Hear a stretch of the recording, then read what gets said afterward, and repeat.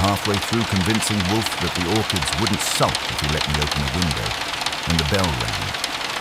Fritz padded out of the kitchen with a spoon in his hand, raised an eyebrow at me, and I took the hint. I went to the door, expecting a package or maybe Kramer looking for a fight, but instead I found a man who looked like his suit had been pressed while he was still inside it. His face was pale, but his voice tried to sell authority. "Mr. Wolfe," he said. "I need to speak to Mr. Wolfe." "Sure," I told him. "You and the rest of the borough. But come in and tell me if you're selling bonds, insurance, or just yourself." He stepped inside without smiling, which meant I wasn't going to like him. The smell of wet wool clung to his coat, and I figured the city had dumped another afternoon shower. He took a stiff glance around, as if he expected money to be nailed to the walls, and followed me to the office. Wolfe was in his chair, naturally, half turned toward the orchids as if their petals carried more weight than anything a human could produce. He swung his eyes over to us, dropped them on the man like two bricks, and said, "Your name?" "Edward Hayes." The man straightened his tie. "Vice President at Gotham National Bank." That got Wolfe's eyebrows to twitch, which in his language meant he'd heard something worth registering. "Your errand?" Wolfe's tone suggested he didn't expect it to be worth his time. Hayes hesitated, then glanced at me as if I were an obstacle, not an ally. "This is confidential." "Then you have erred," Wolfe said. "My assistant hears everything I hear. Say it, or go." I leaned against my desk corner, waiting for him to realize Wolfe had just pinned him. Hayes swallowed. "One of our senior partners, Mr. Paul Zimmerman, was found dead this morning at his residence. It looks like suicide, but..." He cut himself off. "I supplied the missing will, but you don't buy it." Hayes ignored me. "Mr. Zimmerman managed accounts, significant ones, including my own, and yesterday evening I received documents suggesting that Zimmerman had been living a double life. The nature of it could ruin the bank if it comes out." Wolfe moved only enough to press his fingertips together. "The police? I can't go to them, not yet. I need discretion.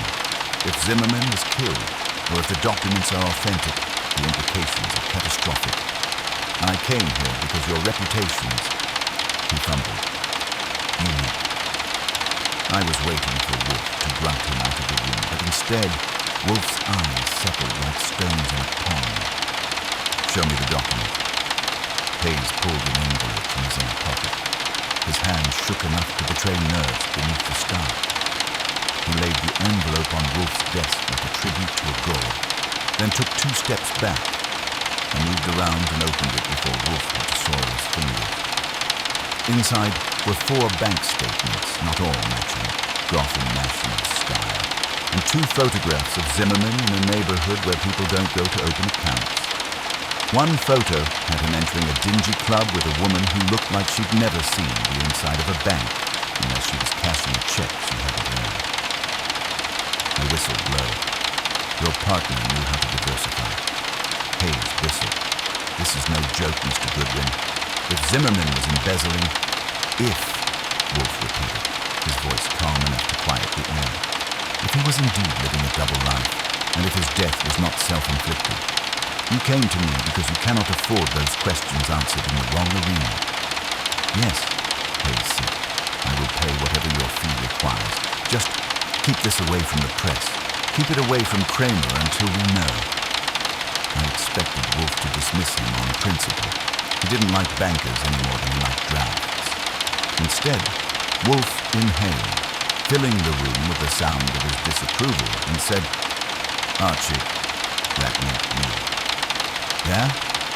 You will accompany Mr. Hayes to the coroner's office. Obtain every detail, photographs, autopsy notes if possible, the official police line. And Archie, do not blunder. If the police scent interference, our task is crippled." "Sure," I said. "I'll tiptoe, like an elephant in sock."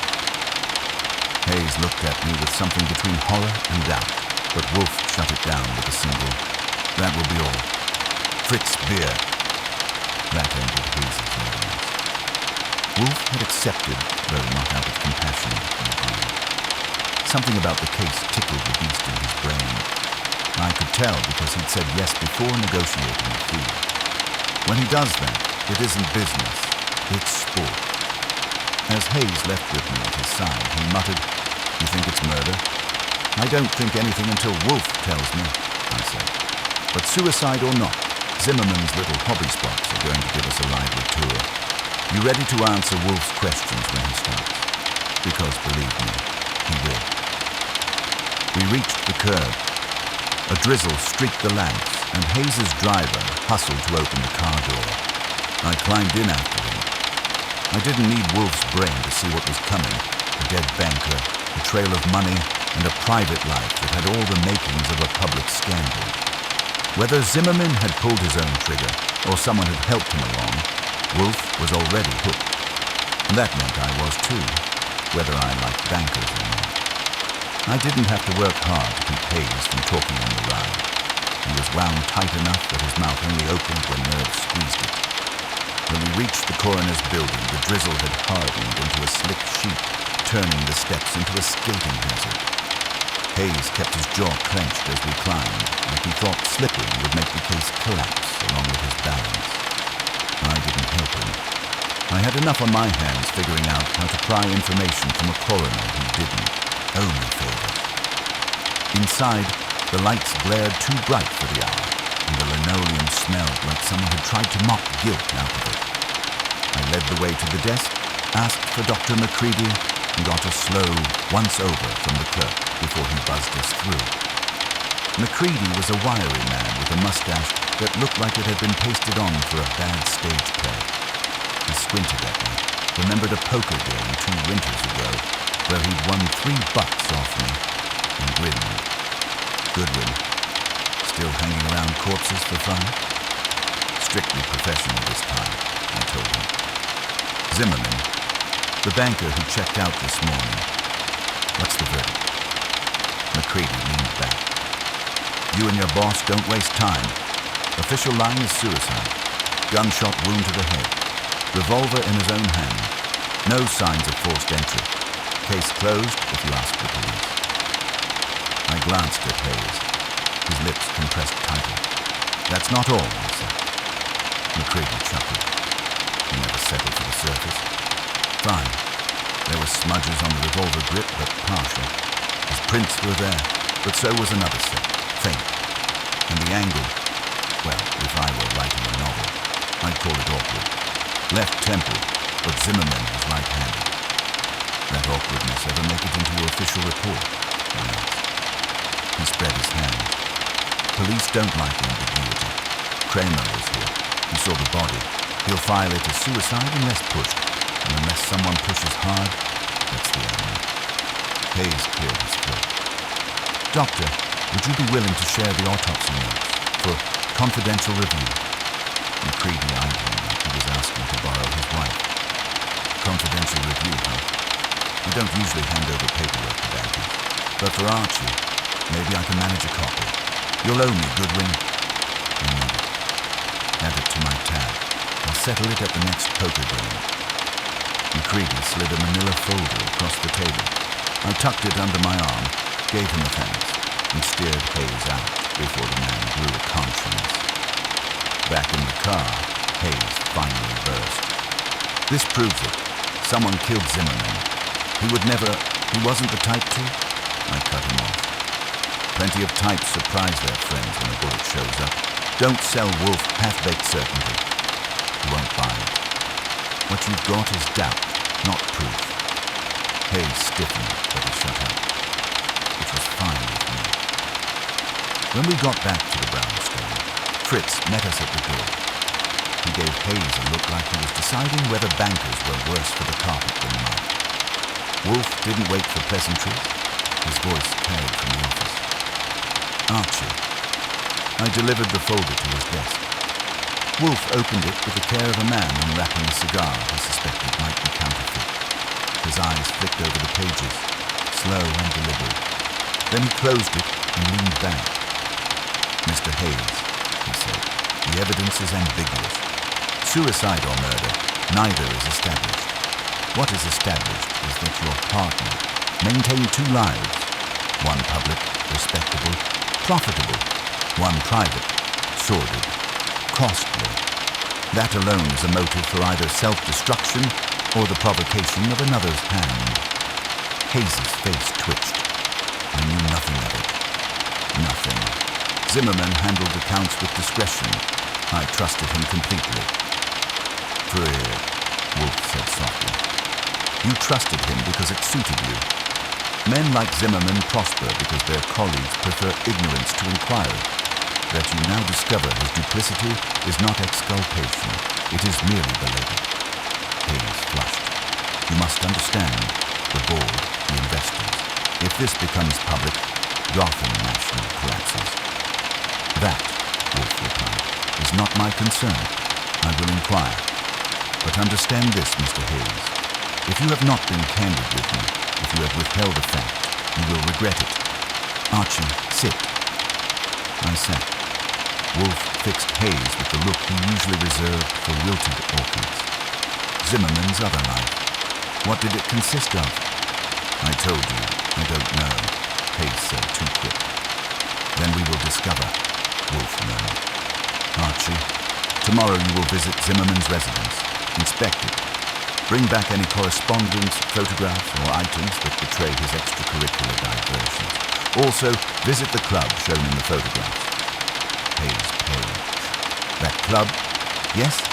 Wolfe prompted. It's disreputable, Hayes said. The sort of place where the police turn a blind eye for the right price. All the more reason you will not go, and Archie will, Wolfe replied. Leave the photographs here. Hayes handed them over like they were burning. Wolfe tucked them neatly beside the folder. You may go, Wolfe said. Hayes bristled. That's it. You'll find who killed him. If he was killed, yes. If he killed himself, I will find that too. Both conclusions are possible. You will be informed when certainty emerges. Good evening. Fritz was already waiting to usher him out. When the door closed, Wolfe sighed, reached for a bottle of beer, and looked at me. Archie. Yes, sir. This case is offensive. I grinned. Bankers usually are. No, Wolfe said. Offensive because it presumes upon my tolerance. A man who bifurcates his existence, straddling two incompatible lives, invites destruction. But whether Zimmerman delivered it to himself or received it, we shall see. Go. Arrange your visits. Report tomorrow. That was Wolfe for you. He'd already mapped the lines before I'd sharpened a pencil. I was on the hook for Zimmerman's private playgrounds, and judging from the photos, they wouldn't be the kind of places where you ask politely for answers. I went upstairs, called Saul Panzer, and gave him a light outline, just in case. When bankers start bleeding secrets, you want Saul in your corner. By the time I turned in, Wolfe was still in the office, sipping beer and staring at the folder like it was daring him to blink first. If Zimmerman thought he could live two lives without Wolfe upbraiding him, he hadn't known Nero Wolfe at all. The photographs Wolfe had kept on his desk were still there the next morning when I came down, meaning he'd spent the night staring at them instead of sleeping. Fritz told me Wolfe hadn't touched breakfast until 11, which was normal, but the fact he'd been in the office since dawn wasn't. I didn't bother asking him if he'd had revelations during the night. If Wolfe wanted to share, he would. And if he didn't, I'd have to wait until he felt like being dramatic. I was already dressed for legwork, which in this case meant a suit tough enough to handle both bankers' widows and nightclubs that smelled like regret. Wolfe gave me a nod without looking up from his beer. That was as close to good luck as he ever got. Zimmerman's townhouse was in a neighborhood where wealth liked to pretend it was invisible. The doorman recognized me after I flashed the right smile and didn't make a fuss when I said I was handling arrangements for the estate. Money gets you through doors, but attitude does the rest, and mine usually works. Inside, the place had the neatness of someone who paid others to care, but it was too neat. I started in the study. The bookshelves were lined with financial histories and bound ledgers, all impressive and all dull. What wasn't dull was the desk drawer that contained a passport with stamps from countries where you don't go for the beaches, a set of keys not labeled for any Gotham property, and a handwritten note that read only, "Wednesday, same place. Don't be late." That had promise. I bagged the note and keys, made a mental mark on the passport, and moved upstairs. The bedroom was a shrine to someone who wanted to be thought orderly, but a hidden compartment in the closet behind the suits held a box of photographs. Wolfe could have spent a month on them.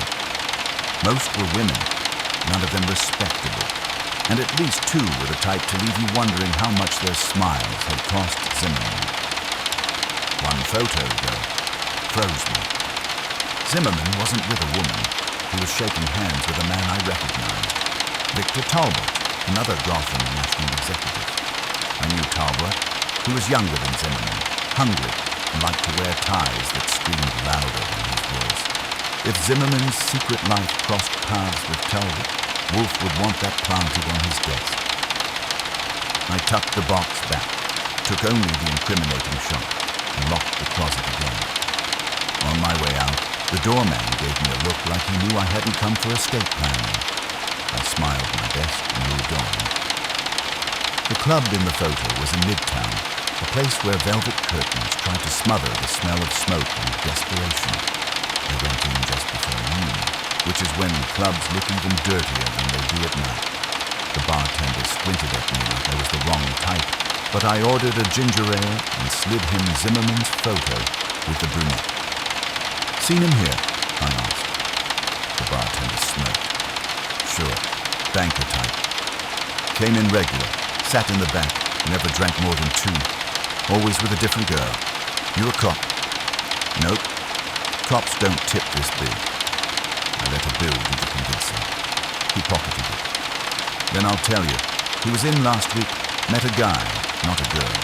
Tall, light suit, flashy tie. They talked in the back for an hour, then left together." "Name?" I asked. Didn't ask, didn't hear. But the tie, I'd know it anyway. That made me grin. Was it orange with stripes? Yeah, that clinched Talbot. I thanked him, drained the ginger ale, and left before I could be mistaken for someone recruiting talent.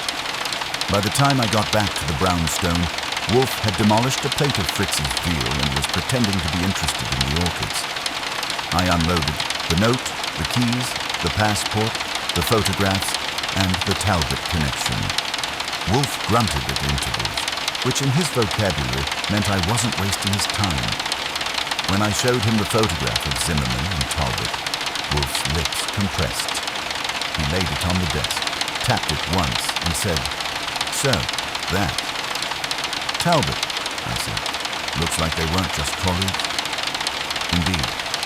A man like Zimmerman does not jeopardize his concealment by mingling his lives unless necessity dictates. That photograph is necessity. Talbot's hunger, Zimmerman's duplicity, they intersect. "Could be motive," I said. "Maybe Zimmerman cut Talbot in. Maybe Talbot wanted more." Wolfe closed his eyes, which meant he was weighing. When he opened them, they settled like anvils. "Archie, fetch Mr. Talbot. Do not inform him why. Merely request his presence this evening, and call Mr. Hayes. He will attend as well." I raised a brow. "You starting the parade early?" "Not yet. I wish to observe them, together." That was Wolfe's way. Bring suspects into the room before they realized it was a trap, and let his silence make them squirm. I phoned Hayes first. He sounded reluctant, but agreed. Talbot was harder. He bristled when I asked him to come, but I pressed the right button. Zimmerman's estate may concern me, and he thawed enough to promise he'd show. After I hung up, I asked Wolfe, "What about the note?" "Wednesday, same place." That could mean anything. Wolfe tapped the desk. It could mean everything. If Zimmerman had a rendezvous arranged, it implies he expected to be alive. Ergo, suicide becomes less probable. "That's a neat ergo," I said. Wolfe's eyes flicked up. Neatness, Archie, is the marrow of deduction. Disorder is merely camouflage for the truth. Tonight, we begin to peel. Which meant Fritz had to add another bottle of beer to the evening supply, and I had to polish my shoes. When bankers and their hungry colleagues came calling, you wanted to look like you belonged, even if you were only there to keep them from bolting. I'd just finished straightening my tie when the bell rang again. Fritz answered, but it wasn't Hayes or Talbot. It was Inspector Clamor, looking like a man who'd chewed tobacco laced with vinegar. He stomped into the office without waiting for permission. "Wolfe," he barked, "you're sniffing around Zimmerman. I don't like it." Wolfe didn't look up from his chair. "Then, Mr. Clamor, avert your nose. Your displeasure is irrelevant." Clamor slammed a palm on the desk. "Don't play games. Zimmerman's death is suicide, and I don't want you muddying it up. If you've got something, you bring it to me." I leaned back and smiled. "You should know by now, Inspector. Wolfe doesn't muddy. He clarifies. Sometimes the mud just doesn't like being exposed." Clamor growled. "Watch yourself, Goodwin. And you, Wolfe. If you drag in suspects without telling me, I'll shut you down."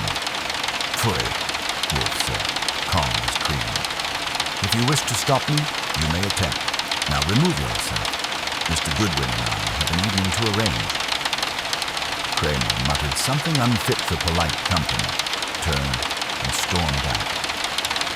Fritz closed the door behind him with the kind of dignity only Fritz could manage. Wolfe looked at me. "You see, the inspector's bluster confirms our path. Proceed."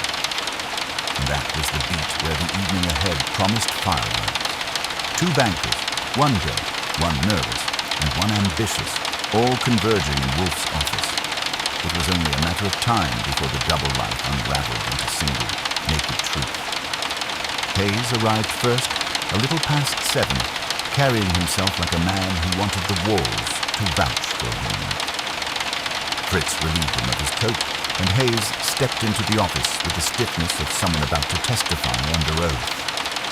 Wolfe didn't rise, naturally, but acknowledged him with the tilt of his head and gestured toward the red leather chair across from the desk. Hayes sat and clasped his hands so tightly his knuckles blanched. 10 minutes later, the bell rang again, and this time it was Talbot. He looked as if he'd come straight from a board meeting. Shiny shoes, loud tie, hair slicked back as if he expected flash bulbs. He had the confidence of a man who hadn't yet learned it was a liability. When he entered the office and saw Hayes already there, the confidence cracked for just a second before he reset it with a grin. "Well," Talbot said, "I didn't know this was going to be a party." "It isn't," Wolfe replied. "It is an inquiry." Talbot dropped into the nearest chair and crossed his leg, flashing the tie I'd seen in the photo. Wolfe let the silence stretch until even I began to feel. Finally, he spoke. "Mr. Zimmerman led 2 lives. One was yours, Mr. Hayes, professional and orderly. The other was dissolute, clandestine, and dangerous. I require clarity about how these 2 intersected." Hayes shifted. "I told you yesterday. I knew nothing of it." "And you expect me to believe," Wolfe said, his tone mild but sharp as a cleaver, "that a senior partner at Gotham National could maintain 2 existences without any whiff of it crossing your nostril?" "True." Talbot laughed too loud. "You're wasting your time, Wolfe. Zimmerman fooled a lot of people. That doesn't make us accomplices." "Perhaps," Wolfe said. "But your mirth is ill-placed, Mr. Talbot. Zimmerman's duplicity endangered the bank. That alone is sufficient motive for discontent. And you, sir, were seen in his company outside the bank." Talbot's grin slipped. "Seen by whom?" I slid the photograph across the desk. Talbot stiffened when he saw it. Zimmerman and him shaking hands outside the club. He tried to laugh it off, but the sound was hollow. "Business?" he said. "Zimmerman was helping me explore some alternative investments. Nothing illegal, nothing relevant." Hayes's head snapped toward him. Alternative investments? You never mentioned... Shut up, Talbot hissed. Ah, Wolfe nodded. So Mr. Zimmerman's shadow life touched you as well. You see, Mr. Hayes, denial collapses swiftly when tested. Hayes looked stricken. I had no idea. Of course not, Wolfe said. Ignorance is your armor, but it is perforated. He turned his gaze back to Talbot. Zimmerman was scheduled to meet someone last Wednesday. Were you the someone? Talbot bristled. I don't know what you're talking about. Wolfe's eyes closed for a long moment, then opened with finality. Archie. I caught the cue. Talbot, the bartender at the club, remembers you. Stripes and all. You met Zimmerman there last week. He remembers you leaving together. Talbot's lips pressed into a thin line. Fine. Yes, we met. Zimmerman was jumpy. He said he had debts. He asked if I could connect him with people. I told him no. That's all. That's all, Wolfe asked. Yet Zimmerman died days later. Convenient. It had nothing to do with me, Talbot snapped. I didn't kill him. No? Wolfe said, unruffled. Then perhaps you can tell us who did. Talbot shifted uncomfortably. Hayes stared at him like a man realizing his entire career might have been balanced on the wrong partner's shoulder. The room was thick with silence again until Fritz entered, discreet as always, with the evening's beer. Wolfe accepted it, sipped, and let the pause swell. Finally he spoke, his voice even. You both will leave now. I've heard what I wished. Mr. Goodwin will escort you. They didn't argue. Hayes rose first, pale, his eyes darting between Wolfe and Talbot as if trying to measure which one he feared more. Talbot followed, his swagger bruised but not gone. I showed them both out and returned to the office, where Wolfe sat as if he hadn't moved. Well, I asked. Both men are liars, Wolfe said calmly. But only one is desperate. Talbot, I guessed. Wolfe inclined his head. He blusters, but Hayes, his silence spoke more eloquently than Talbot's evasions. A man who truly knew nothing would rage. He did not.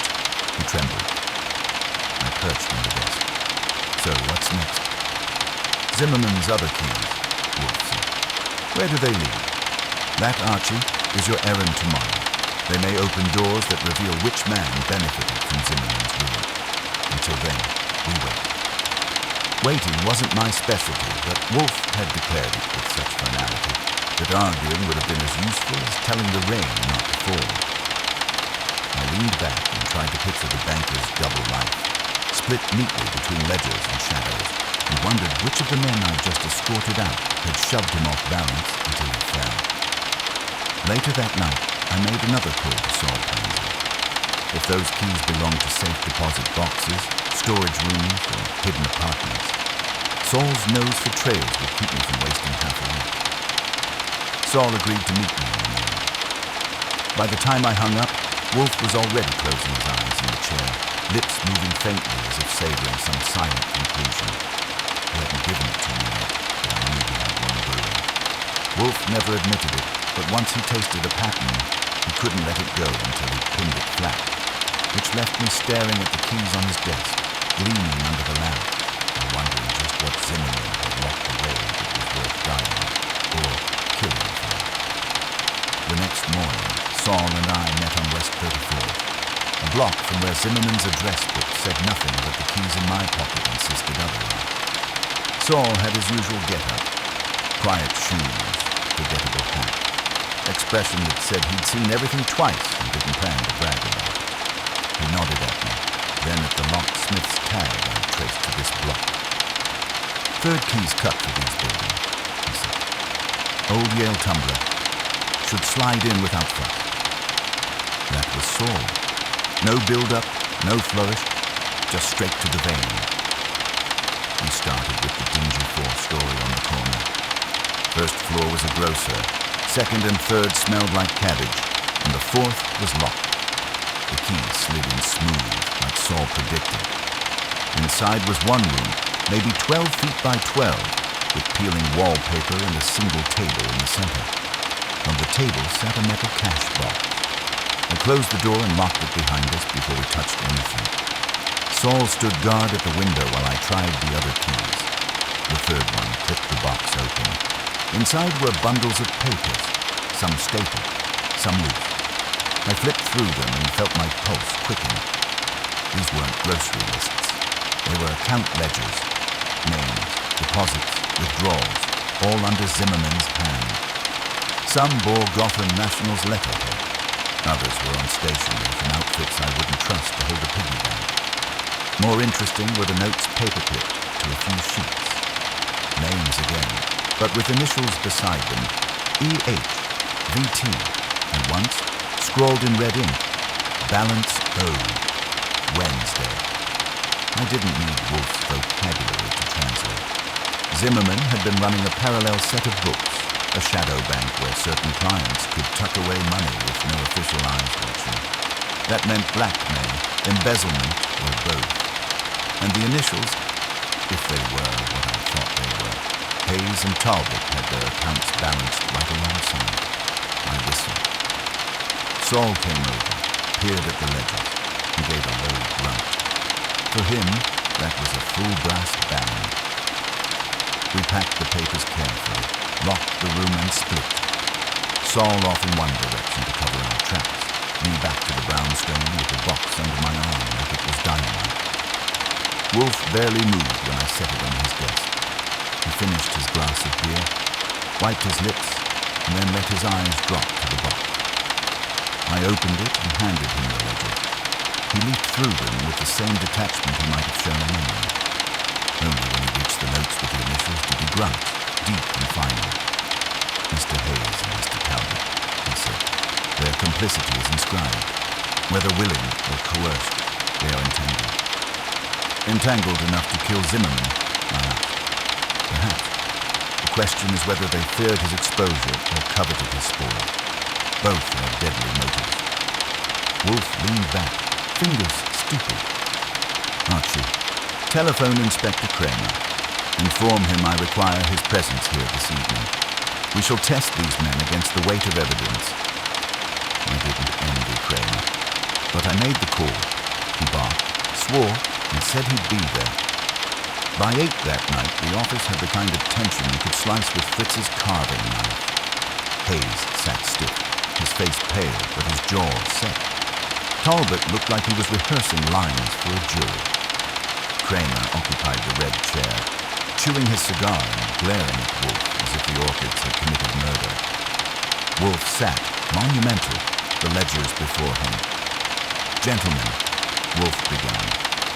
Mr. Zimmerman lived a double life. These ledgers recorded. He conducted business beyond the bank's purview. Business that involved you, Mr. Hayes, and you, Mr. Talbot. Hayes blurted, "That's impossible." But Wolfe cut him off with a single raised hand. Impossible, yet true.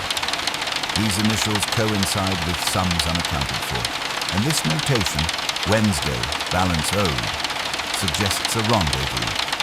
Zimmerman did not plan to die. He planned to collect. Talbot shifted in his chair. So he was crooked. That doesn't make me guilty of anything. Doesn't it? Wolfe said smoothly. You met him last week at the club. You admit as much. Did he not press you for payment? I told you, Talbot snapped.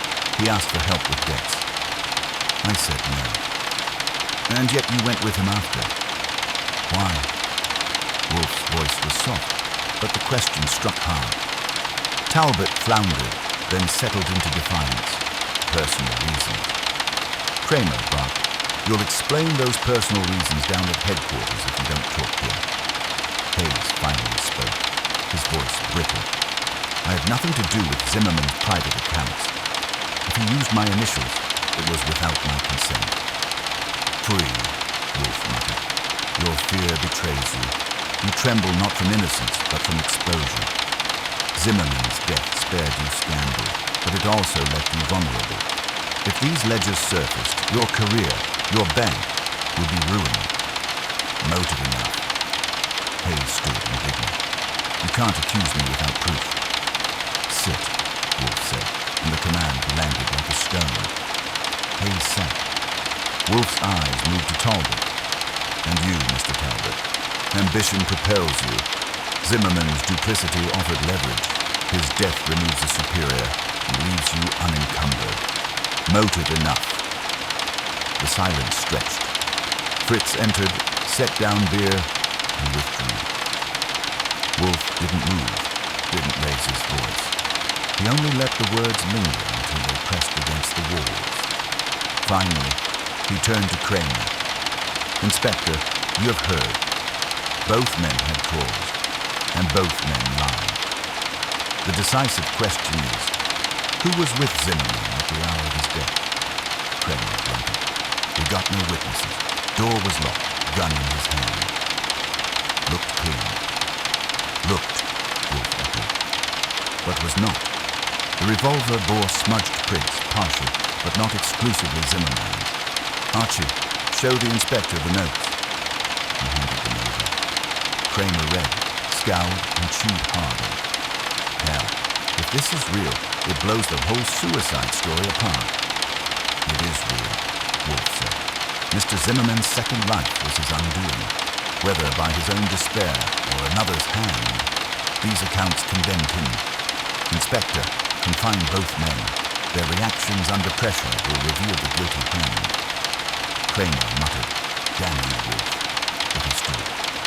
Hayes protested. Talbot cursed. But two uniforms were waiting in the hall.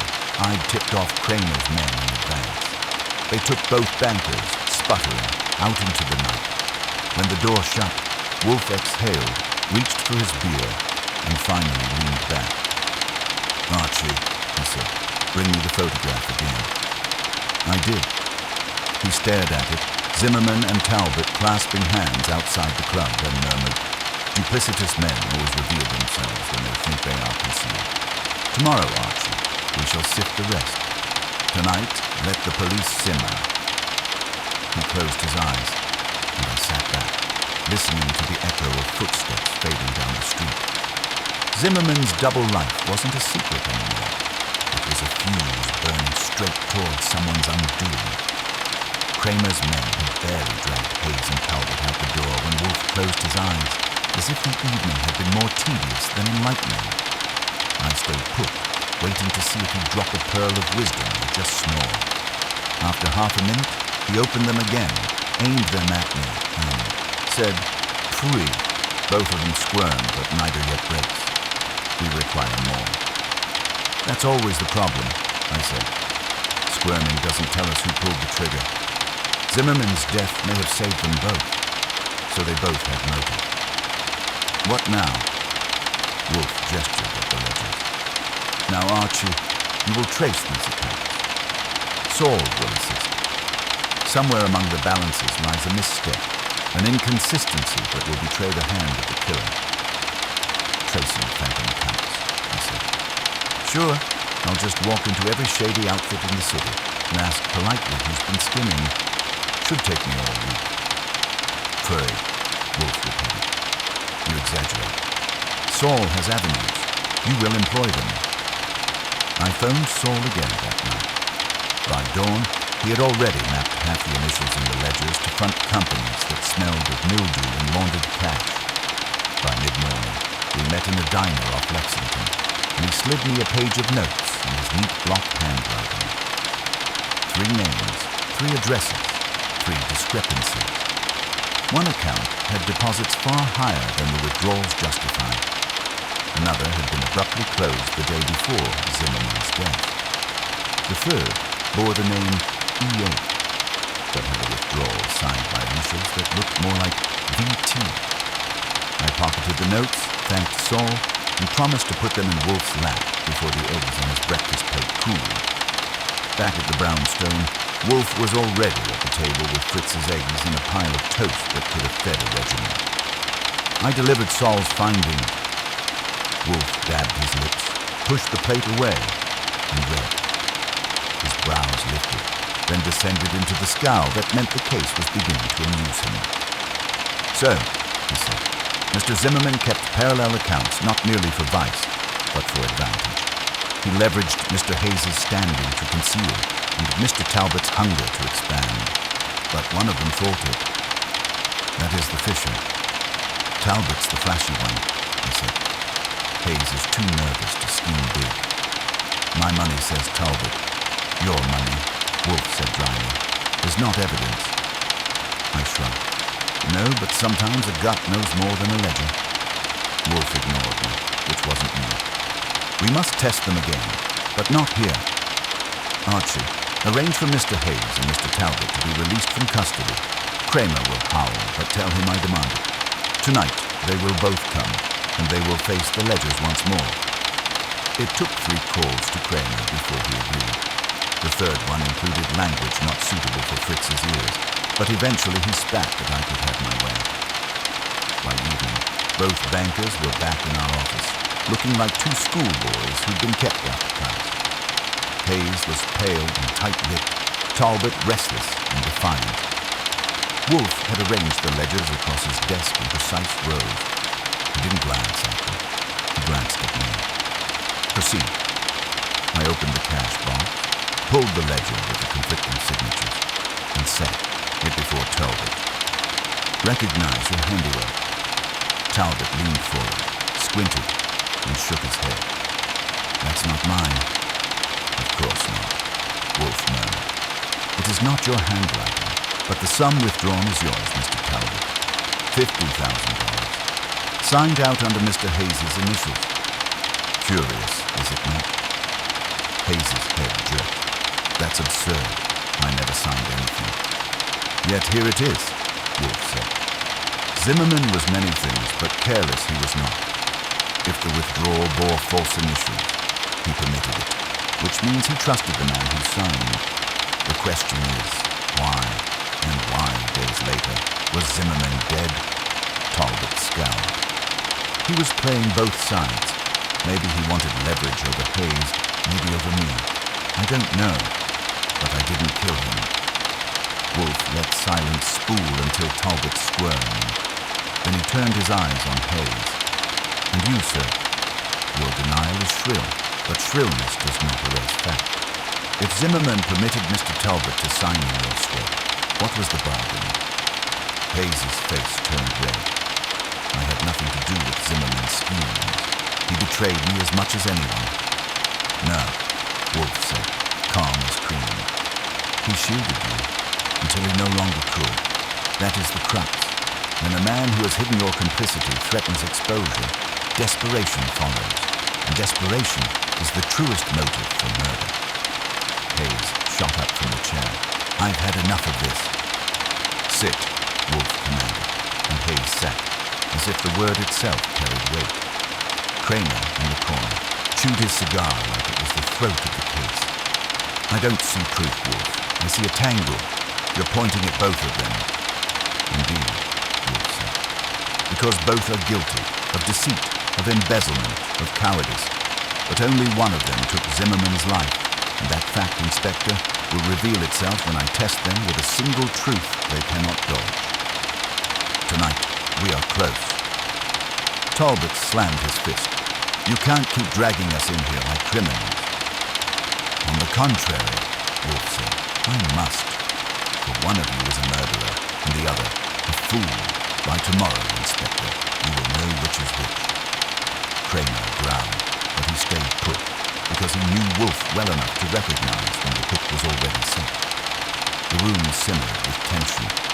Fritz entered quietly, collected the empty glasses, and left without a word.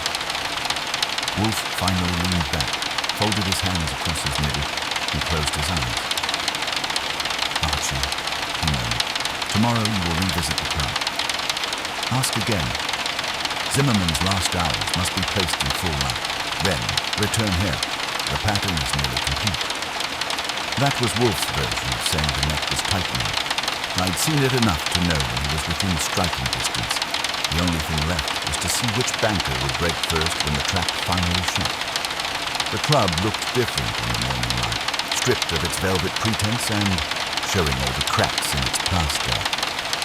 The bartender was the same, though, thick-shouldered, thinning hair, and the kind of expression that said he'd seen enough drunks to last a lifetime.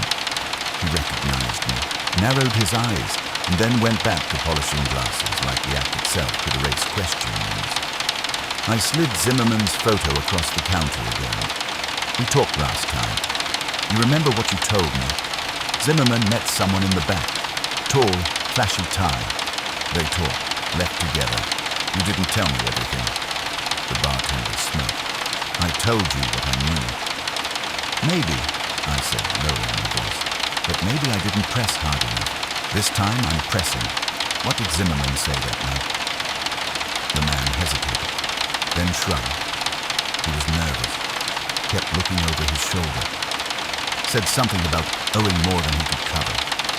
The guy with him, the one in the tie, kept saying he'd handle it, but Zimmerman had to keep quiet. That's all I heard.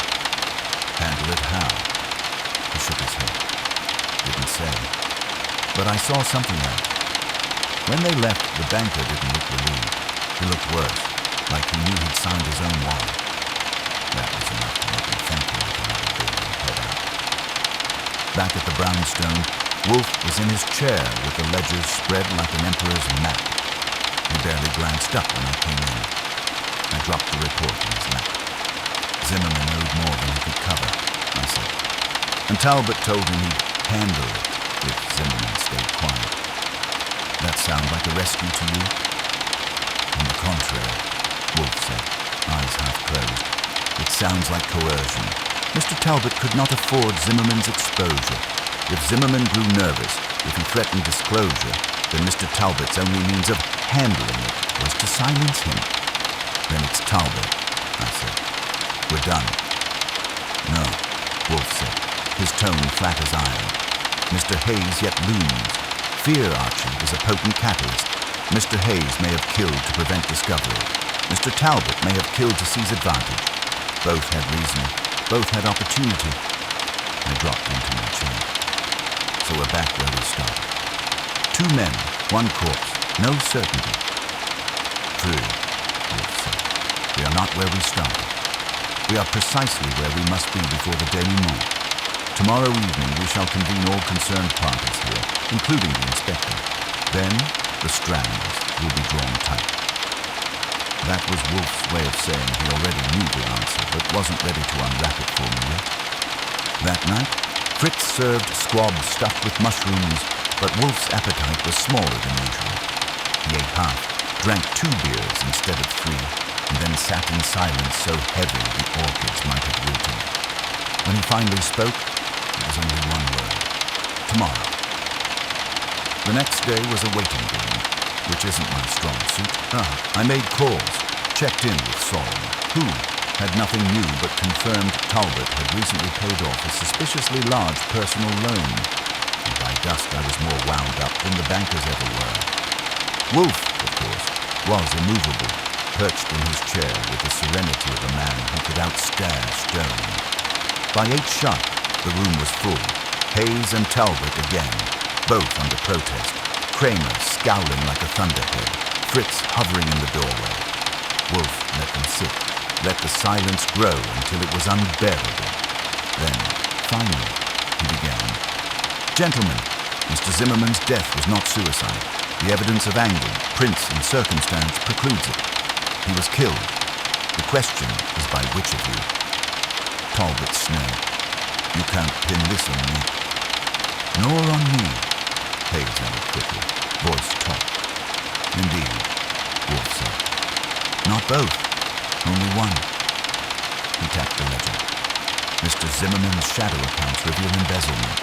Mr. Talbot, your signature appears under Mr. Hayes' initials, withdrawing funds not your own. A fraud, permissible only because Zimmerman allowed it. He permitted it because you were already entangled. Mr. Hayes, your position lent credibility. Mr. Talbot, your ambition lent hunger. Both of you relied upon Zimmerman's duplicity. Both had cause to wish him gone. But cause is not guilt. Wolfe leaned forward slightly, the most movement he'd shown in hours. Archie, I opened the cash box, pulled out the note. Wednesday, same place. Don't be late. And held it up. This Wolfe said, was Zimmerman's own hand. A rendezvous scheduled. He did not intend death. He intended collection. And the man he meant to meet was the same man who now insists he is innocent. Hayes shifted uneasily. That doesn't prove it was me. No, Wolfe said, but your fear does. You sought to deny knowledge of Zimmerman's other life, yet the ledgers show otherwise. Still, you would not have met him in such a place, nor at such an hour. Your temperament forbids it. Mr. Talbot, however, would. He did. He met Zimmerman that night. He promised to handle it. And indeed he did, by placing a revolver in Zimmerman's hand, angling it against his temple, and pulling the trigger. The awkward placement, the smudged prints. Yours, Mr. Talbot, confirm it. Talbot exploded. That's a lie. Is it? Wolfe's voice didn't rise. The bartender saw you. The debts confirm it. The forged withdrawals prove you were siphoning funds under Mr. Hayes's cover. Zimmerman threatened exposure. You silenced him. It is inevitable. Cramer rose, chewing his cigar like it was fresh meat. That's enough. Talbot, you're coming with me. Talbot shouted protests, but the uniforms were already at the door. They closed on him, wrestled him out, his tie flaring like a flag of surrender. The room fell silent again. Hayes sagged in his chair, pale with relief. Wolfe leaned back, shut his eyes, and murmured. So, one life ended, another spared.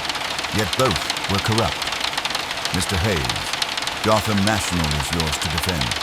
See that you do not repeat Mr. Zimmerman's folly. Hayes tried to speak, failed, and left quietly. Cramer lingered, glaring at Wolfe. You got your man, but you'll never stop meddling, will you? Wolfe opened his eyes, heavy-lidded. No, Inspector, never, because men will always deceive, and deception is my provender. Cramer growled and left, slamming the door. When the sound faded, I looked at Wolfe. So Talbot it was. I'll admit, you had me guessing till the end. Wolfe sighed, reached for his beer and said, Archie, I never guess. After Cramer and his men carted Talbot away, the brownstone fell back into that thick silence that Wolfe wears like a robe. Fritz cleared the glasses, his movements as quiet as a prayer, and disappeared into the kitchen. Wolfe sat immobile, his eyes closed, as if the evening had been little more than an intrusion into his digestion room. I perched on the edge of my desk, waiting for him to either grunt out the final word or drift off into one of his sulks. But Wolfe didn't sleep. He opened his eyes, slow and heavy, and regarded me. Archie, the matter is not concluded. That surprised me. Talbot shot Zimmerman, didn't he? Case closed. Phooey, you're too facile. Yes, Talbot killed Zimmerman, but the rot runs deeper. Mr. Zimmerman's double life was not his alone. It was nurtured, permitted, and concealed. We must ask why. I leaned back, crossing my arms. Because he was clever enough to pull it off, and cowardly enough not to stop. Isn't that why? Wolfe shook his head slightly. No. Such duplicity thrives only in soil prepared for it. Someone enabled Zimmerman. Someone profited even more than he did. Talbot was merely the hand that pulled the trigger. We must identify the mind that created the necessity. That gave me pause. I'd been ready to close the book, but Wolfe never let a case end until every thread was tied. He was right. Zimmerman hadn't been juggling two lives just for the fun of it. He'd been part of something wider, and if Talbot's ambition drove him to murder, then someone else had given him the opportunity to feed. I thought of Hayes, his pallor, his tremors, his insistence on ignorance. Wolfe had skewered him with silence, but hadn't finished him off. You're thinking Hayes, I said. Wolfe's eyes glinted. Of course, Hayes presented himself as a victim, yet he summoned us with an urgency born not of altruism, but of fear. His protestations were too rehearsed. He knew. I frowned. If he knew, why bring us in? Wouldn't that risk more exposure? It would, Wolfe said, unless he sought to control the exposure. By steering me, he could hope to direct suspicion away from himself. But his error was in assuming that I could be steered. I grinned. That's an error a lot of people make. Wolfe ignored me. He reached for his beer, sipped, and then set it down. Tomorrow evening, Mr. Hayes returns, and this time he will not leave untouched. The next day was a parade of phone calls. Clamor rang twice, demanding to know why Wolfe insisted on dragging Hayes back when Talbot was already booked in the system.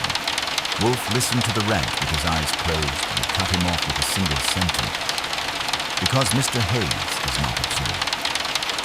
That was enough to send Clamor into apoplexy, but he agreed to come, if only to witness Wolfe crash and burn. I phoned Hayes myself. His voice on the line was thin, quivering, but when I told him Wolfe required his presence, he didn't refuse. Maybe he knew better, or maybe he was too scared not to come. When evening rolled around again, the office felt heavy. The orchids in the corner seemed to lean closer, as if they were waiting for Wolfe's judgment. Fritz stood by the door, silent sentinel, while Clamor sulked in the red leather chair, puffing his cigar like a man preparing for a hanging. At 8 sharp, Hayes walked in. He looked worse than before. His suit was the same cut, but it hung looser, and his eyes were shadowed. Fritz took his coat, and Hayes stepped into the lion's den like a man resigned. Wolfe didn't bother greeting him. He only gestured toward the chair opposite his desk. Hayes sat, clasping his hands again, those pale knuckles white as chalk. "Mr. Hayes," Wolfe began, "you are not yet released." Hayes licked his lips. I told you everything I knew. Talbot killed him. You proved it. Why am I here?" "Because your claim of ignorance is false," Wolfe said calmly. "You knew of Zimmerman's second life. You profited from it." Hayes flinched. "That's not true." "True," Wolfe cut him off. "These ledgers show accounts under your initials. Zimmerman shielded you, but he did not invent you. He exploited your position to conceal his fraud, and you allowed it. Perhaps reluctantly, perhaps under duress, but allowed nonetheless." Clamor growled. "Wolfe, we already got Talbot. Don't try to muddy it again." "Be silent," Wolfe said without looking at him. "Archie." That was my cue. I opened the cash box and slid a separate ledger across to Wolfe. He tapped one page with his finger. "This withdrawal, marked with your initials, Mr. Hayes, $100,000. Yet the funds never reached Zimmerman's account. Where did they go?" Hayes' face crumpled. I don't know. Zimmerman handled everything." "No," Wolfe said, voice sharp as a knife. "You handled it. The money disappeared into an account beyond Zimmerman's reach. You betrayed him before he betrayed you. That is why you feared discovery. That is why you trembled in this room." The silence pressed in. Clamor scowled but said nothing. Fritz didn't move. Finally, Hayes whispered, "I couldn't stop it. Zimmerman forced me, threatened the bank, threatened me. I signed what he asked, but I didn't kill him." "Swear I didn't kill him." "No," Wolfe said, leaning back. "You did not kill him, but you are guilty nonetheless, guilty of cowardice, of collusion, of complicity. Without you, Zimmerman's double life could not have flourished. You are the soil from which his corruption grew." Hayes' head dropped into his hands. He didn't weep, but his shoulders shook. Wolfe closed his eyes, dismissing him. "Inspector, take him. His crimes are financial, not mortal, but they merit reckoning." Clamor muttered under his breath, but rose. "Fine. He'll answer for fraud. But don't expect me to thank you, Wolfe. You're a thorn every time." "Better a thorn," Wolfe murmured, "than a blindfold." Clamor yanked Hayes up and marched him out. The door shut, leaving the office quiet again. Wolfe opened his eyes, heavy with the weight of his own certainty. "So, The banker's double life is no more. Zimmerman is dead. Talbot is caged. Hayes is exposed. That leaves only us, Archie. I stretched, letting out a long breath, and thank heaven for that. I was beginning to think Gotham's entire financial district was going to end up in Fritz's kitchen. Wolfe's lips curved, not quite a smile. Archie, money corrupts, but it is fear and hunger that kill. He reached for his beer, lifted it, and sipped. The case was nearly tied off, but I knew Wolfe well enough to see he had one more line to deliver before it was done. And when it came, it would close the book on the banker's double life for good. When the door shut behind Kramer and Hayes, the brownstone felt like it had exhaled. Fritz disappeared toward the kitchen, and Wolfe leaned back in his chair, shutting his eyes with the serenity of a man who had just pulled weeds out of a stubborn patch of earth. I stayed where I was, because I knew he wasn't done. He never was until he had chewed the marrow. "You're still thinking," I said, watching his lips purse the way they do when he's squeezing logic until it squeals. "Talbot's the killer. Hayes is the enabler. That's all tied up. What's left to think?" Wolfe opened his eyes slowly. "What remains, Archie, is the matter of motive. Not merely the superficial. Fear, ambition, self-preservation, those are obvious. What must be examined is why Zimmerman invited his own destruction." "He didn't exactly invite it," I said, "unless waving ledgers full of other people's money counts as sending out invitations." "Precisely," Wolfe murmured. "Zimmerman was not an imbecile. He must have known his concealments were untenable. Yet he persisted, and more, he scheduled a meeting days before his death, intending to collect it. That was not the act of a man resigning to despair.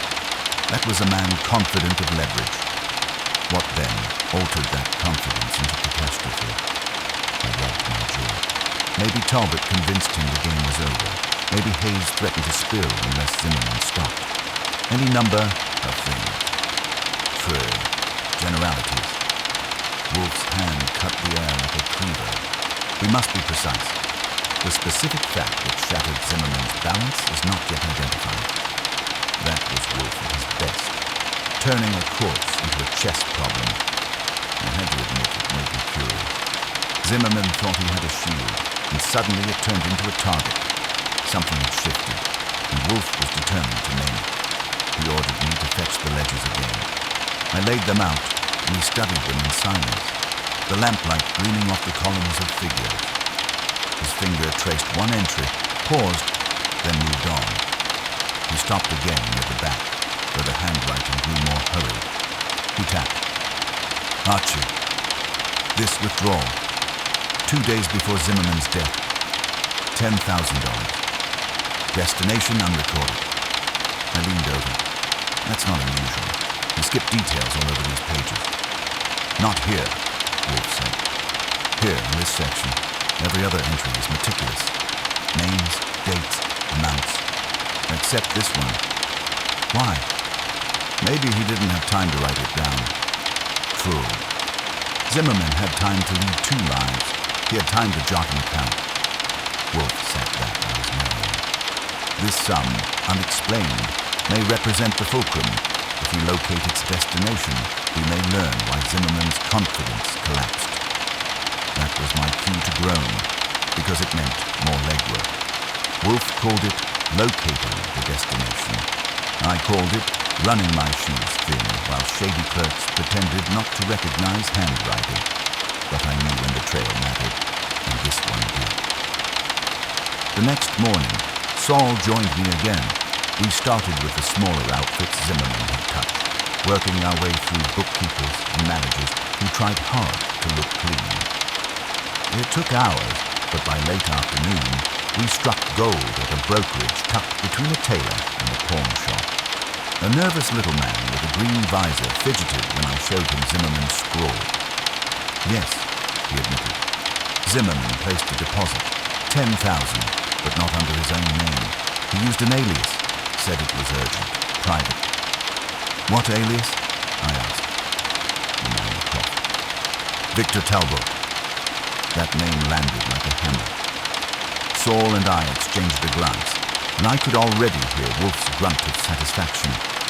By the time I returned to the brownstone, Wolfe was at his desk, orchids ignored, a fresh bottle of beer sweating beside him. I dropped the report and said, Zimmerman funneled the 10 grand into an account under Talbot's name 2 days before he died. Wolfe's eyes gleamed. So, Zimmerman was no longer merely shielding Talbot. He was buying him. That sum was a ransom, payment for silence. Zimmerman believed he could purchase his safety, but he misjudged. Talbot accepted the money, then ensured Zimmerman could never demand it back. I whistled. That's cold, even for a banker. It is inevitable, Wolfe said. Men like Talbot see money as both means and end. Zimmerman was useful while he enabled. Once he threatened exposure, he became expendable. Talbot collected the ransom and erased the creditor. I shook my head. And Hayes? Just a dupe who let his name get borrowed until it ruined him? Not merely a dupe, Wolfe said. A coward. He permitted duplicity to flourish around him and thus bears guilt. But he is not the killer. That distinction rests solely with Talbot. Before I could respond, the bell rang. Fritz answered, and a moment later, Cramer stormed in, red-faced and smoking fury. He slapped the back of the red chair with his palm. Wolfe, damn you! Talbot's screaming for a lawyer. Says you set him up. Says the bartender's lying. The ledger's forged. My men are sick of being jerked around. Wolfe didn't flinch. Sit, Inspector. Cramer didn't sit. If you've got something solid, give it to me. If not, I'll toss this case in the river and let Talbot swim out. Wolfe lifted the slip of paper I brought back from the brokerage. Here, Zimmerman's final deposit under Talbot's own name. $10,000. Proof that Zimmerman sought to buy his silence. And proof that Talbot took the money and then silenced him forever. Cramer snatched it, glared at it, and chewed his cigar down to a stump. If this holds up, Talbot won't be swimming anywhere but Sing Sing. It will hold, Wolfe said. The handwriting matches.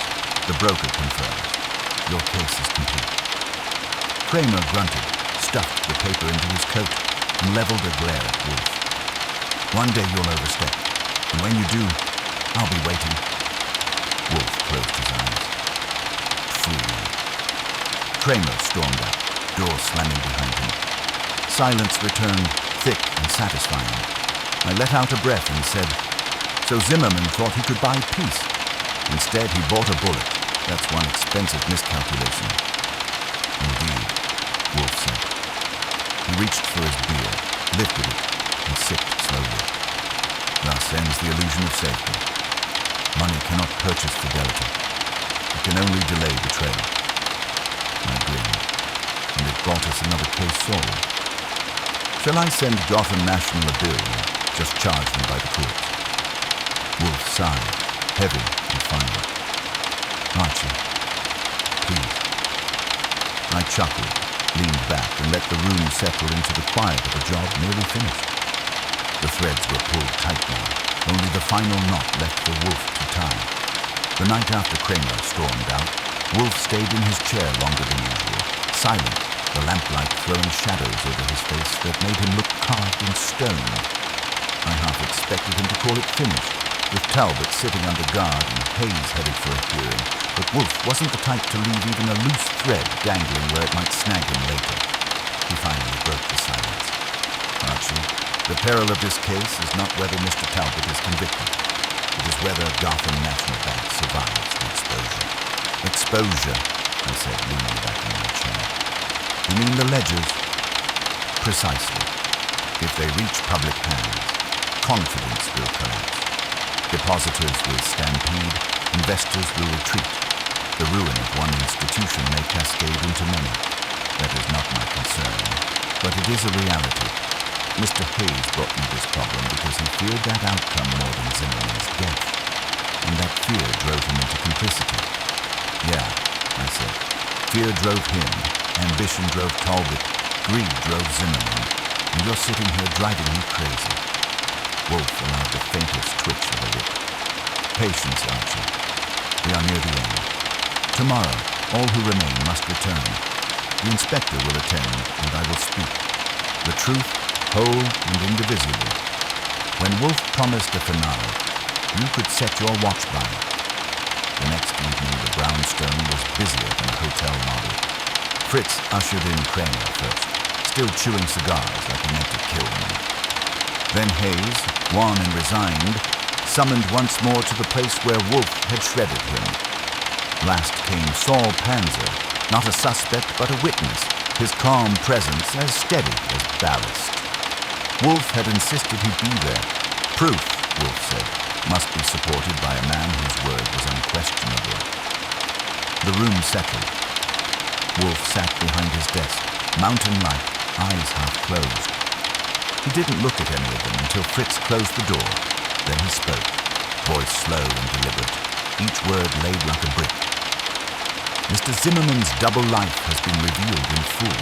He conducted clandestine accounts, concealed fraud with the aid, willing or otherwise, of Mr. Hayes, and permitted Mr. Talbot to siphon funds in exchange for silence.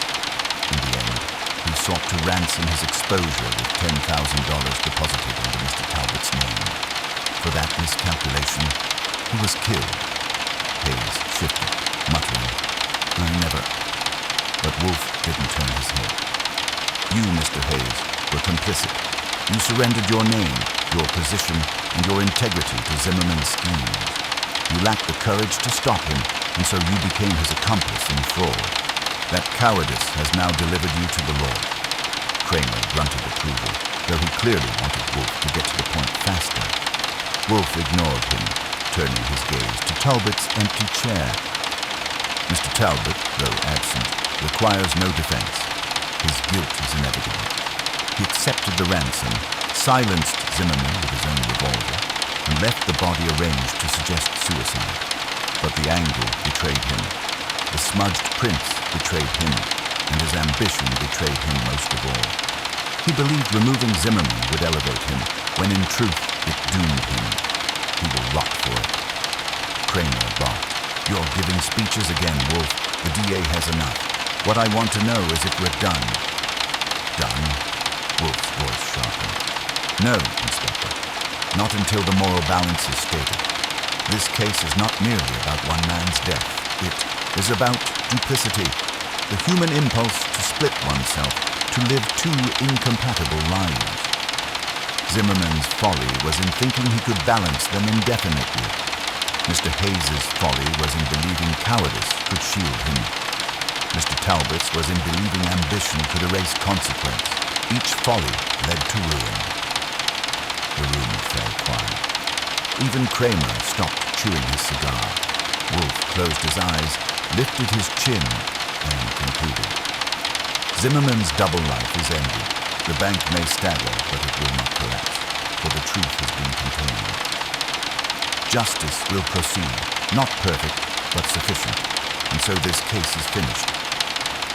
He opened his eyes, heavy-lidded but final, and reached for his beer. That was Wolfe's gavel. Case closed. Cramer stood, muttering, "One of these days, you'll drown in your own words, Wolfe. Till then, I'll take what I can." He yanked the door open and left, the echo of his steps fading down the hall. Hayes rose slowly, pale as milk, his face hollow. "I'll face the board," he whispered. "If the bank survives, it will be by grace, not merit." He turned, collected his coat from Fritz, and left without another word. That left only Saul, silent as ever. He nodded once to Wolfe, once to me, and slipped out, efficient as a shadow. The office was ours again. Wolfe drained his glass, set it down, and sighed.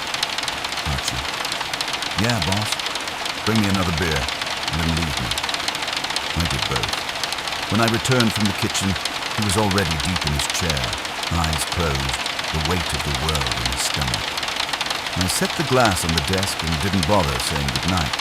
And upstairs, when I finally kicked off my shoes, I thought about Zimmerman, a man who thought he could live two lives, balance two worlds, and keep them both afloat. He ended up on the wrong side of a revolver, betrayed by the very hunger he thought he could manage. That was Wolfe's point, though he'd never spell it out like he just did. Men don't get two lives. They get one. And if they try to cheat it, there's always someone waiting to collect.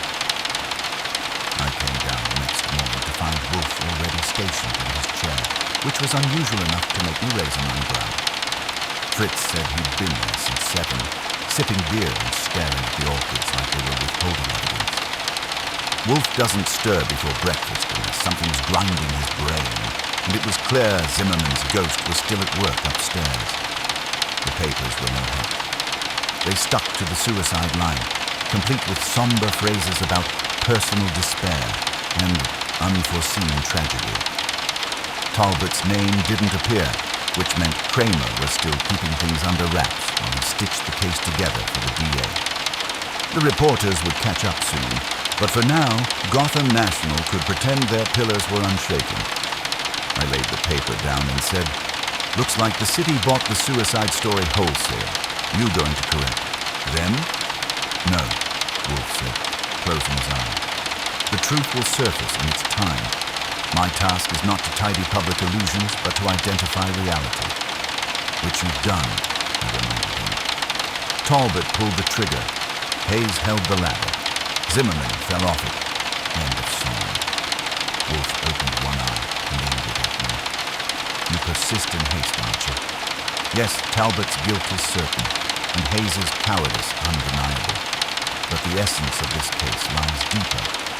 Why did Zimmerman, who thrived for years on duplicity, suddenly stumble? What altered his equilibrium?" I shrugged. Maybe the 10 grand he forked over bought him a week of peace, and Talbot decided a bullet was cheaper. "True. That is motive, not essence," Wolfe said. "Zimmerman believed he could purchase survival, but survival cannot be bought. That is the fulcrum of his undoing. Still, one piece remains." He tapped the ledgers, stacked neatly on his desk. "This ledger of withdrawals and false initials is complete in its pattern. But the pattern must be declared. Tonight we will summon Mr. Hayes once more. Inspector Cramer will attend, and the truth will be spoken. Entire, inevitable, and inescapable." That was Wolfe for you, never satisfied with just a conviction. He had to pronounce the law of human folly like a judge in his private court. And I knew better than to argue when he said, "Tonight." Fritz was already preparing the dining room for another unwelcome guest. By evening, the brownstone had that tense, loaded air again. Cramer arrived first, chewing on a cigar that had already given up hope. He didn't sit until Wolfe gestured at the red chair, and even then he glared like a man forced to eat spinach. Then came Hayes, pale and drawn, his suit sagging as if it carried the weight of the bank on its shoulders. Fritz relieved him of his coat and guided him in, and Hayes sat opposite Wolfe with the resignation of a man who'd stopped fighting. Wolfe began without preamble. "Mr. Hayes, Mr. Zimmerman's duplicity did not spring full-grown from his mind. It flourished because men like you permitted it. You signed, you looked away, you allowed your name to shield his schemes." Hayes's voice cracked. I had no choice. He threatened me, threatened the bank. "You had choice," Wolfe said coldly. "You chose cowardice, and cowardice is complicity." Cramer growled. "We've heard this lecture. What about the killing?" Wolfe ignored him. "Talbot killed Zimmerman. That is established. But Talbot acted only because Zimmerman threatened disclosure. And Zimmerman threatened only because he believed Mr. Hayes would not withstand exposure. Thus, Mr. Hayes, you were the fulcrum. Without you, there is no collapse." Hayes sagged in the chair, his hands linked in his lap. "Then I'm ruined," he whispered. "Yes," Wolfe said. "Ruined not by murder, but by weakness. That is your punishment, and it will suffice." The silence hung thick, until Cramer stood, snapping his notebook shut. "Fine, Wolfe. You've had your sermon. Talbot goes to trial. Hayes gets the boardroom firing squad, and I get another headache. Satisfied?" "No," Wolfe said, opening his eyes. Not until the truth is declared in full. Tomorrow, Inspector, you and Mr. Hayes will return. I will state it once, for all, without ambiguity. Then the matter is ended. Cramer muttered something unrepeatable, but he didn't argue. He yanked open the door and stalked out, leaving the smell of tobacco and frustration behind him. Hayes followed, his steps dragging as if Wolfe's words had turned his legs to stone. When the door closed, I leaned back and said, "So that's the setup for your grand finale. You're going to make it sound like scripture." "True," Wolfe murmured. "I will make it sound like truth." And that was all I got out of him. He reached for his beer, closed his eyes, and let the house fall into silence again. I knew better than to press. When Wolfe promised to close a case with a final word, the next evening was going to end with a hammer blow. The next evening, the brownstone was weighted down with the kind of silence that makes the walls lean closer. Fritz had polished the brass in the front hall and set out the chairs in Wolfe's office as if we were expecting royalty.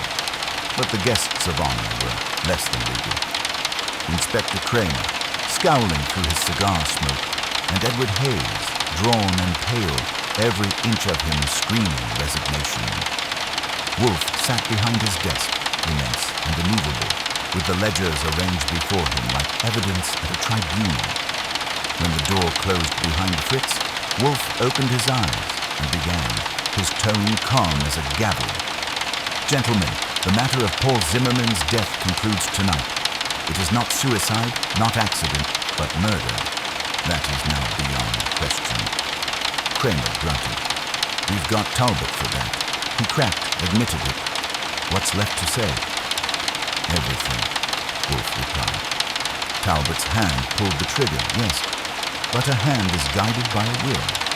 To understand why Zimmerman died, one must understand why he lived as he did." He tapped the ledgers, thick fingers pressing the truth into the desk. Zimmerman lived a double life.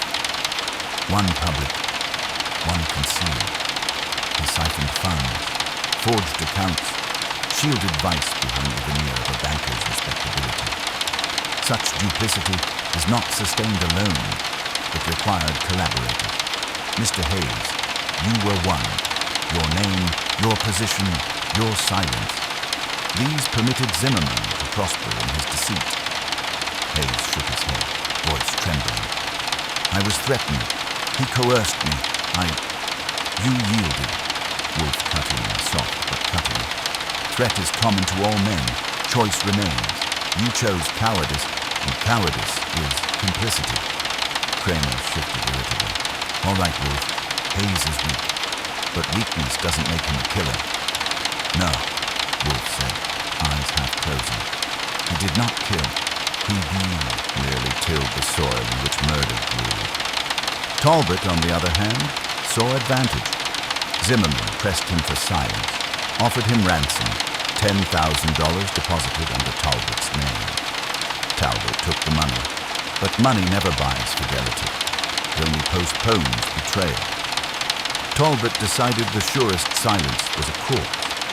He staged suicide, but the angle of the shot, the smudged prints, and the bartender's testimony exposed him. He is guilty of the act. Hayes covered his face with his hand. Cramer puffed, chewing his cigar to pulp. Wolfe pressed on, his voice rising only enough to command the room. Thus we have the triangle entire. Zimmerman, devoured by his own duplicity. Talbot, consumed by ambition. Hayes, paralyzed by fear. Each destroyed himself in turn, one by corruption, one by violence, one by cowardice. That is the inevitable arithmetic of deceit. The silence that followed was dense enough to stop breath. Finally, Cramer stood, pocketing his notebook. "Well, Wolfe, you've had your say. Talbot will swing for murder, Hayes will answer for fraud, and Gotham National can patch its leaks. You always have to make it sound like scripture, don't you?" "True," Wolfe murmured. "Not scripture. Truth." Cramer growled, jammed his hat on, and left, trailing smoke and indignation. Hayes followed, sagging under the weight of his ruin, Fritz shadowing him to the door with the silent dignity only Fritz could know. When the hall was quiet again, the brownstone exhaled, and Wolfe leaned back in his chair. He reached for his beer, lifted it, and sipped, his eyelids drooping with the satisfaction of inevitability delivered. "Archie," he said at last, "record this well. A man cannot be two men. Duplicity is a debt that collects itself." Zimmerman thought he could live as both pillar and parasite. He was wrong. His end was inevitable. I leaned back, grinning. So the banker bought himself 2 lives and couldn't afford either. Remind me never to apply for a loan at Gotham National. Wolfe's lips twitched, not quite a smile, but enough to tell me the case was closed. He raised his glass once more, and I left him there, satisfied in his chair. The brownstone returned to order.